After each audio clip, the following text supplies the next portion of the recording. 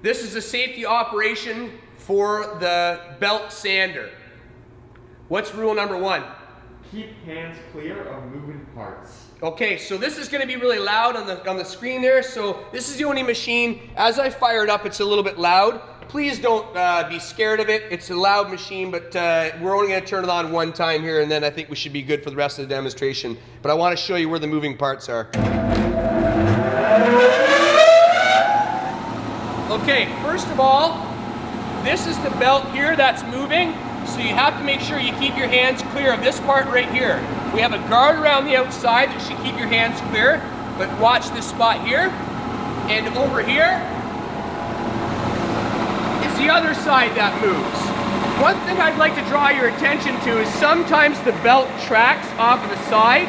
If you watch this space right here, you'll see how that space gets bigger and smaller. You have to make sure that the belt stays in the center the whole time as you're using it. If it starts to move off to one side or another, seek the teacher's instruction and the teacher will help you move this knob over here. What you have to be sure of, rule number 1 though, keeping your hands clear of moving parts right here, and watch out for this spot up here. Okay, we're going to shut that off. We don't need that anymore. Okay, what's rule number 2? Always use pliers or vice grips when sanding small pieces. Okay, so if you have a small piece and you don't feel comfortable sanding it, so if you're going to sand a piece, say this big right here, and if you don't feel comfortable with a piece this small, then sometimes people would feel comfortable, they're okay sanding a small piece like this, but if you don't, you're going to use vice grips or pliers.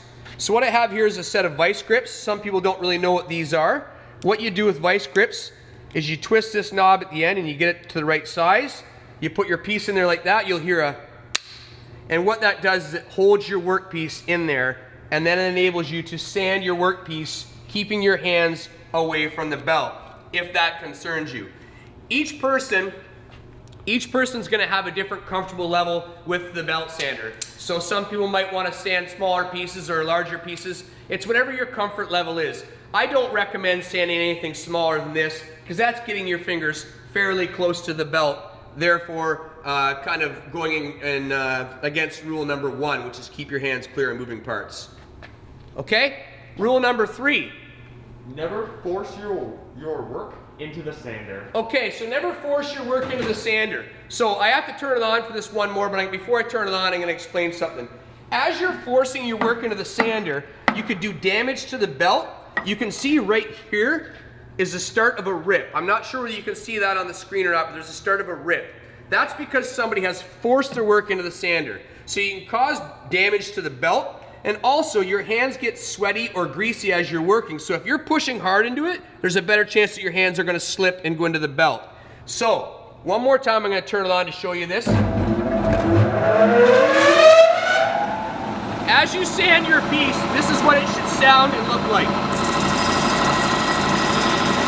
I should never hear this because you're pushing too hard on the sander. You should never see sparks like this. You're pushing too hard on the sander. These machines, the machines are here for us to let the machines do the work. So just go light on it and let the machine do the work for you. Don't push too hard on it. It's just bad for everything.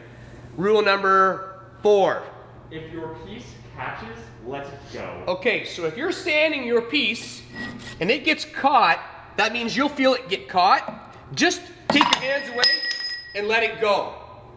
Do not try to be a hero and hold on to it. Just let it go and it'll hit the ground. A quick side note, one of the worst things a manufacturing teacher can hear is a piece hitting the ground.